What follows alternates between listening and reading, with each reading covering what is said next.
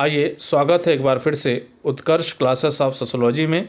आज हम देखेंगे BA fourth semester paper code SOC 203 unit 1। Chapter का नाम है विचलन, जिसमें हम देखेंगे विचलन का अर्थ और विचलन से संबंधित अवधारणा। तो डेविएंस मीनिंग एंड कंसेप्ट। महत्वपूर्ण बहुविकल्पी प्रश्न जो आपकी परीक्षा के लिए महत्वपूर्ण हो सकते हैं। अगर वीडियो पसंद आए तो लाइक करिएगा, वीडियो को शेयर करिएगा और चैनल को सब्सक्राइब ज़रूर करिएगा। तो आइए शुरुआत करते हैं। Utkarsh classes of sociology by Umesh sir. आज का हमारा जो पहला क्वेश्चन है वो है विचलन का अर्थ है। तो विचलन का अर्थ निश्चित प्रतिमानों से दूर हट जाना। तो समाज द्वारा निश्चित प्रतिमानों से दूर हट जाना क्या कहलाता है? विचलन कहलाता है। अगला देखें आप, किसी समाज के स्थापित आदर्श को चुनौती देना क्या व्यक्त करता है? तो किसी समाज द्वारा स्थापित जो आदर्श होते हैं उनको चुनौती देना व्यक्त करता है विचलन को। अगला देखें, व्यवहार का वह प्रत्येक तरीका जो समाज द्वारा निर्धारित नियमों के उल्लंघन के रूप में होता है उसे कहा जाता है विचलन। अगला देखें, विचलन घटित होता है। तो विचलन घटित होता है किसमें? तो सामाजिकरण की असफलता के कारण। एक प्रमुख कारण है सामाजिकरण में जब व्यक्ति असफल हो जाता है तो इस तरह के विचलन की घटनाएं जो है वो घटित होती हैं। अगला देखें, अनुकूलन या विचलन को एक ही पैमाने के दो छोर के रूप में किसने माना है? तो अनुकूलन या विचलन को एक ही पैमाने के दो छोर के रूप में मानने वाले विचारक हैं पार्सन्स। अगला देखें, किसके अनुसार सामाजिक प्रतिमान एक प्रकार के नियंत्रण हैं? यहाँ कहा जा रहा है कि जो सामाजिक प्रतिमान होते हैं एक प्रकार के नियंत्रण हैं जिसके द्वारा समाज अपने सदस्यों के व्यवहारों को इस प्रकार नियंत्रण रखता है जिससे वह अपने जैविकीय इच्छाओं को दबाकर नियमबद्ध रूप से व्यवहार कर सके। तो ये कहने वाले कौन है? यह है किंग्सले डेविस की परिभाषा, महत्वपूर्ण है, ध्यान रखिएगा। अगला देखें, ह्यूमन सोसाइटी पुस्तक के लेखक हैं। तो ह्यूमन सोसाइटी पुस्तक के लेखक है किंग्सले डेविस। अगला देखें, द सोशल ऑर्डर पुस्तक के लेखक हैं। तो द सोशल ऑर्डर पुस्तक के लेखक है रॉबर्ट बीर स्टेट। आइए अगला क्वेश्चन देखें, हमारे युग का संकट the crisis of our age पुस्तक के लेखक हैं। तो ये हमारे युग का संकट या the crisis of our age ये सोरोकिन की पुस्तक है, ध्यान रखिएगा। अगला देखें आप, विचलन एक निरपेक्ष दशा नहीं है बल्कि यह एक डैश दशा है। तो जो विचलन है वो एक सापेक्षिक या तुलनात्मक दशा कही जा सकती है। अगला देखें, किसके अनुसार विचलित व्यवहार केवल किसी सामाजिक मानदंड अथवा आदर्श नियम का उल्लंघन करना ही नहीं होता बल्कि यह एक ऐसा व्यवहार है जिसमें नियमों का उल्लंघन जानबूझकर किया जाता है। ये परिभाषा किसकी है? तो ये जॉनसन की परिभाषा है जो विचलित व्यवहार के बारे में बता रहा है कि भाई केवल यह सामाजिक मानदंडों अथवा आदर्श नियमों का ही उल्लंघन नहीं होता है बल्कि व्यक्ति करता क्या है? जानबूझकर ऐसा व्यवहार करता है जिससे कि नियमों का उल्लंघन हो। तो वो कहने वाले हैं जॉनसन। अगला देखें, सोशोलॉजी पुस्तक के लेखक हैं। तो सोशोलॉजी पुस्तक के लेखक इस नाम से कई विचारकों ने पुस्तक लिखी है। यहाँ जो ज़रूरी है वो बता दें आपको, जॉनसन ने ये पुस्तक लिखी है और हर्टन एवं हंट का नाम आता है। तो दोनों के नाम को आप याद रखेंगे। अगला देखें, किसके अनुसार विचलन का संबंध उन परिस्थितियों से है जिसमें व्यक्ति का व्यवहार एक अस्वीकृत दिशा की ओर इस सीमा तक होने लगता है जो समुदाय की सहनशीलता से बाहर हो।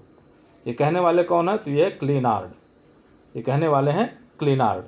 अगला देखें, सोशोलॉजी ऑफ डेविएंट बिहेवियर पुस्तक के लेखक कौन है? तो वह है क्लीनार्ड। अगला देखें, किसने स्पष्ट किया है कि विचलित व्यवहारों का सामाजिक संरचना से घनिष्ठ संबंध होता है? तो विचलित व्यवहारों का सामाजिक संरचना से घनिष्ठ संबंध होता है, यह व्यक्त करने वाले हैं मर्टन। अगला देखें, किसने यह विचार दिया है कि सामाजिक विचलन के लिए सामाजिक संरचना उत्तरदायी होती है? तो ये भी कथन मर्टन का है कि भाई जो सामाजिक विचलन होता है उसके लिए कौन जिम्मेदार है? तो उसके लिए सामाजिक संरचना जिम्मेदार है। अगला देखें, social theory and social structure पुस्तक के लेखक हैं। तो social theory and social structure पुस्तक के लेखक है मर्टन। बड़ी महत्वपूर्ण पुस्तक है, याद रखिएगा इसको। अगला देखें, हर्टन एवं हंट ने विचलन के 3 प्रमुख प्रकारों का उल्लेख किया है। तो हर्टन और हंट ने जो है विचलन के 3 प्रमुख प्रकार बताए हैं। देख लें कौन कौन से हैं। सांस्कृतिक एवं मनोवैज्ञानिक विचलन, एक प्रकार बताया इन्होंने कि सांस्कृतिक एवं मनोवैज्ञानिक विचलन। दूसरा ये कहते हैं कि व्यक्तिगत तथा सामूहिक विचलन, व्यक्तिगत एवं सामूहिक विचलन। और तीसरा बताते हैं प्राथमिक तथा द्वितीयक विचलन। तो ये 3 तरह के विचलन बताए गए हैं हर्टन एवं हंट के द्वारा। अगला देखें, प्राथमिक तथा द्वितीयक विचलन का उल्लेख सबसे पहले किस विचारक ने किया है। तो प्राथमिक तथा द्वितीयक विचलन का उल्लेख सबसे पहले किया गया है एडविन लेमर्ट के द्वारा। महत्वपूर्ण है, कई बार ये परीक्षाओं में पूछा जा चुका है, ध्यान रखिएगा। अगला देखें, सोशल पैथोलॉजी नामक पुस्तक किसने लिखी है। तो सोशल पैथोलॉजी नामक पुस्तक लिखा है एडविन लेमर्ट ने। एडविन लेमर्ट पढ़ेंगे आप, एडविन लेमर्ट। अगला देखें, विचलन का वह प्रकार जो इच्छित या नियोजित नहीं होता। विचलन का वह प्रकार जो इच्छित और नियोजित नहीं होता बल्कि कुछ विशेष परिस्थितियों या व्यक्तिगत लापरवाही का परिणाम होता है, उक्त विचलन को कहते हैं। तो ऐसे विचलन को हम क्या कहते हैं, प्राथमिक विचलन कहते हैं। जो बिना योजना के, बिना इच्छा के परिस्थितिजन्य हो जाता है, व्यक्तिगत लापरवाही का परिणाम होता है, उसे हम प्राथमिक विचलन कहते हैं। अगला देखें, किसी नियम का परिस्थितिजन्य एवं अनैच्छिक उल्लंघन कहलाता है। किसी नियम का अगर परिस्थितिजन्य या अनैच्छिक उल्लंघन हो जाता है तो ये क्या कहलाएगा, ये कहलाएगा प्राथमिक विचलन।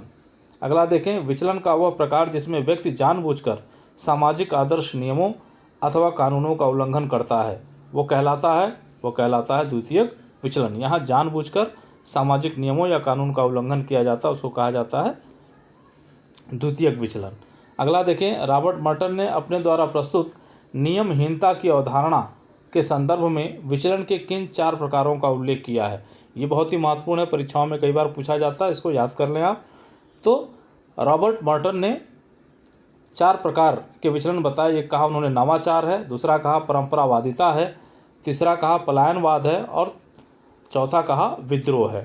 तो ये 4 तरह के विचलन ये मर्टन के द्वारा बताए गए हैं। अगला देखें, विचलन का वह प्रकार जिसके अंतर्गत व्यक्ति समाज द्वारा स्वीकृत लक्ष्यों को अपना लेता है लेकिन उन्हें प्राप्त करने के स्वीकृत साधनों को स्वीकार नहीं करता।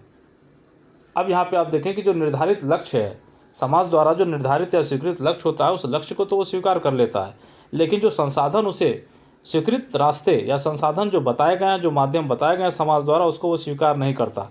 इस प्रकार के विचलन को हम क्या कहते हैं, नवाचार। एक नया तरीका अपनाता है उन लक्ष्यों को प्राप्त करने के लिए। अगला देखें, विभिन्न प्रकार की कुरीतियों, रूढ़ियों तथा अंधविश्वासों से संबंधित व्यवहारों का पालन करना किस प्रकार का विचलन है। तो ये होता है परंपरावादिता। ये परंपराओं को तरजीह दी जाती है, कुरीतियों को माना जाता है, रूढ़ियों को माना जाता है, अंधविश्वासों को माना जाता है। ये भी एक प्रकार का विचलन है जिसको हम कहते हैं परंपरावादिता। अगला देखें, विचलन का वह प्रकार जिसमें व्यक्ति समाज द्वारा निर्धारित लक्ष्यों और साधनों दोनों के प्रति उदासीन रहता है। क्या हो जाता है, दोनों के प्रति वो उदासीन हो जाता है। जो लक्ष्य है समाज द्वारा निर्धारित और जो साधन है दोनों के प्रति वो उदासीन होता है। तो ऐसे विचलन को कहा जाता है पलायनवाद। अगला देखें, आदर्श विहीन जीवन तथा हिप्पी संस्कृति किस प्रकार के विचलन का उदाहरण है। तो आदर्श विहीन जीवन या हिप्पी संस्कृति पलायनवाद का उदाहरण है। एक चीज़ और आप यहाँ ध्यान रखें, एक प्रश्न यहाँ से पूछा जाता है पलायनवाद से, जिसमें यह कहा जाता है कि छात्र का कक्षा से बार बार अनुपस्थित हो जाना क्या कहलाता है। तो वहाँ भी ये पलायनवाद उत्तर आता है, सही होता है। आप देख लें, ये प्रश्न हमने डाला नहीं है यहाँ पे। विचलन का वह प्रकार जिसमें निर्धारित लक्ष्यों तथा उन्हें प्राप्त करने के तरीकों को बिल्कुल अनुपयोगी मानकर उन्हें इस तरह से बदलने का प्रयास किया जाता है जिससे कि अपने मनमाने उद्देश्य को पूरा किया जा सके। तो ये होता है विद्रोह। ये क्या होता है, विद्रोह होता है ये। अगला देखें हम, विचलन के जैविकीय उपागम का आरंभकर्ता किसे माना जाता है। तो विचलन के जैविकीय उपागम का आरंभकर्ता माना जाता है लम्ब्रोसो को।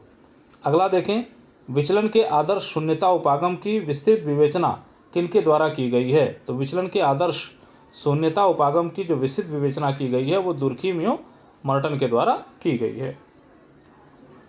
अगला देखें आप, विचलन का विभेदक संगति सिद्धांत। विचलन का विभेदक संगत सिद्धांत के प्रतिपादक हैं, तो इसके प्रतिपादक हैं सदरलैंड। अगला देखें, विचलन के लेबलिंग उपागम अथवा नामवादी उपागम के मुख्य प्रतिपादक हैं, तो यह हावर्ड बेकर। अगला देखें, वह नियम जिससे समाज में पालन होना अपेक्षित होता है, वह नियम जिसका समाज में पालन होना अपेक्षित होता है, क्या कहलाता है? ये सामाजिक प्रतिमान कहलाता है।